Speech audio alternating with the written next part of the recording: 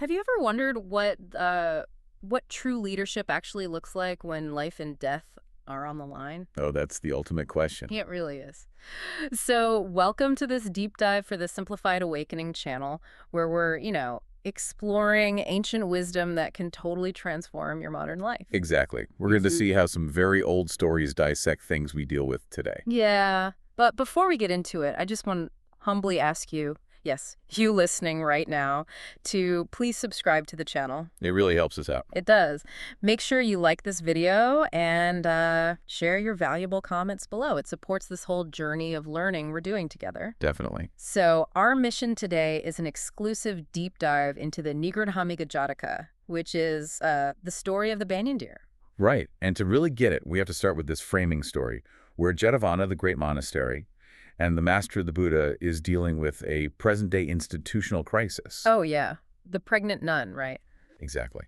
So there's a sister in the order who discovers she's pregnant. Now, she knows she lived a virtuous life and that the child was, conceived before she took her vows. Right, while she was still just a laywoman. Yeah. But she gets brought before Devadatta, who is this extremely rigid, strict leader. And he's not exactly known for his empathy, is he? Not at all. He looks at it purely through the lens of institutional rules. He sees a pregnant nun and just immediately expels her. Wow. Just like on the spot. Pretty much. No investigation, no timeline, just zero compassion for her vulnerable position.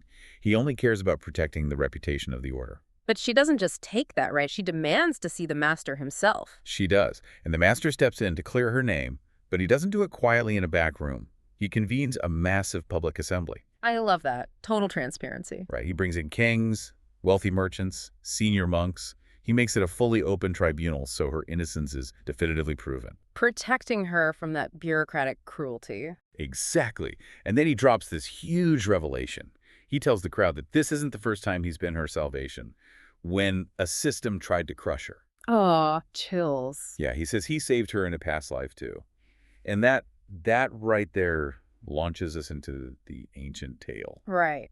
So we're going back in time to the kingdom of Benares, and the context here is wild. It's a total mess. Yeah. King Brahmadatta is reigning, and he is just absolutely obsessed with hunting. Like, it's an addiction. He hunts every single day. Every day. And he forces his subjects, like regular people, farmers, tradesmen, to drop all their work and march into the forest with him. The whole economy was basically grinding to a halt because of this one guy's hobby. Yeah, exactly. So the villagers realize they're going to starve if they don't fix this, and they come up with this crazy workaround. It's clever, but it's really cruel. They decide to basically bring the forest to the king. Okay, let's unpack this, because this is basically like a modern corporate efficiency hack, right? Right, entirely. They literally build the king a drive-through hunting park. They sow grass, supply water right in his own royal park, and then they go out and round up all the deer. Hundreds of them.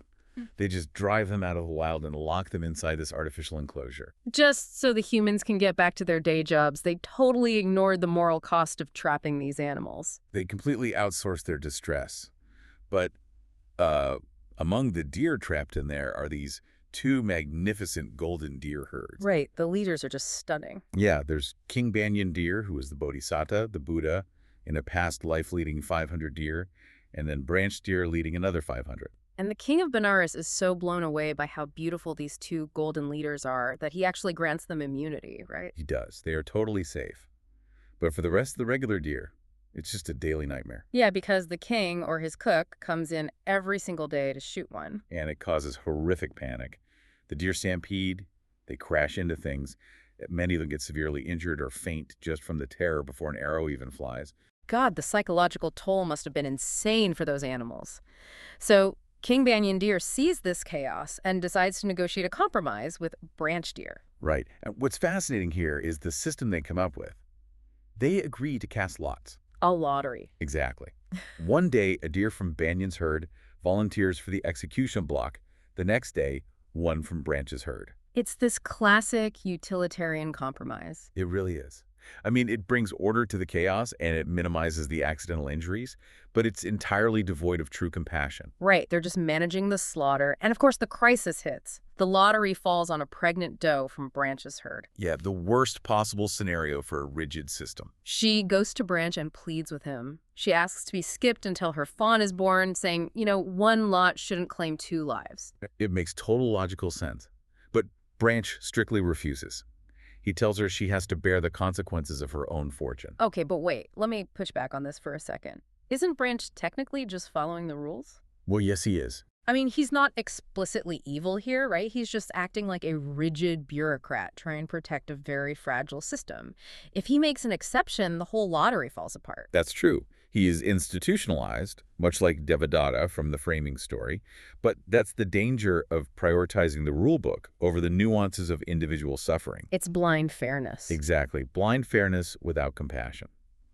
So this rejected doe goes over to King Banyan Deer in absolute desperation. And his reaction is just incredible. It's this radical act. Without hesitation, Banyan agrees to let her turn pass over her. But he doesn't just force another deer to take her place, does he? No, because that would just be shifting the suffering.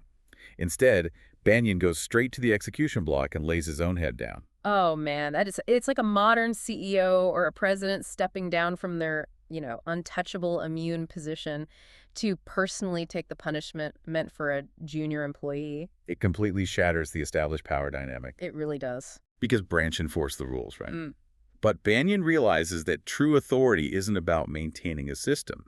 It's about bearing the ultimate cost when that system fails the most vulnerable. That is heavy. So the cook walks in, expecting a regular deer, and sees the immune golden King Banyan on the block. He is completely shocked. He drops everything and runs to get the King of Benares. And the king rushes down and asks Banyan, "Why are you here? I gave you your life." And Banyan calmly explains his choice. He explains about the pregnant doe. And that explanation just breaks the king. Like his whole worldview is flipped. Yeah, the king says, "I never yet saw, even among men, one so abounding in charity, love, and pity." That's so powerful. It is. The king is instantly transformed, and he spares both Banyan and the pregnant doe on the spot. But here's where it gets really interesting. Banyan doesn't just accept his own life and walk away. No, he doesn't. He realizes he has leverage now. So he starts negotiating. He asks for immunity for all the deer in the park. And the king grants it. Then he asks for all the deer in the whole forest. The king says yes.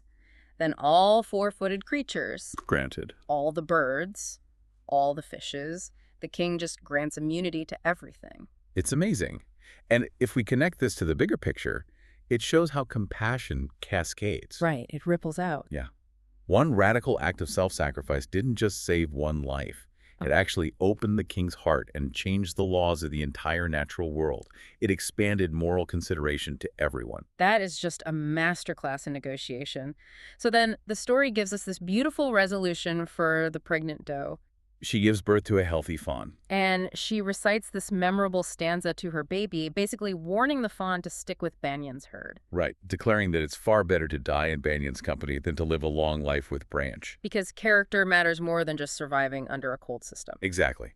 But, the text also points out a fascinating real-world problem that comes up next. Oh, right, because now all the deer have absolute immunity. Yes.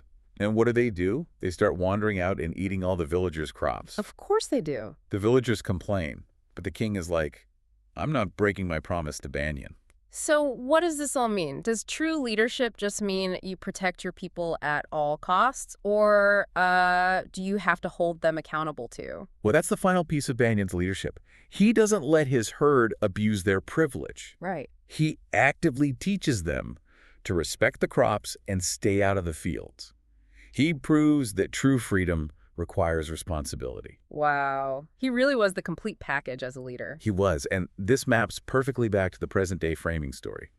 Devadatta was Branch Deer, the pregnant nun was the doe. The king was Ananda, right? Yes, and the Buddha himself was Banyan. It's incredible how perfectly it aligns. So I guess the core lesson for all of us listening is that true leadership and wisdom, they're measured by what you're willing to risk for those who have no power. Absolutely. And it leaves you with a final question to ponder. Right. If you were granted absolute immunity today, how would you use it? Oh, that's a good one. Would you use it to protect yourself, or would you use it to expand the circle of protection for everyone else. Man, that is something to really sit with. Thank you so much for exploring that with me. And to the Simplified Awakening audience, thank you for joining us on this deep dive. It's been great. Make sure you stay hooked for the next story coming up on the channel because we've got some amazing ancient wisdom headed your way. See you next time.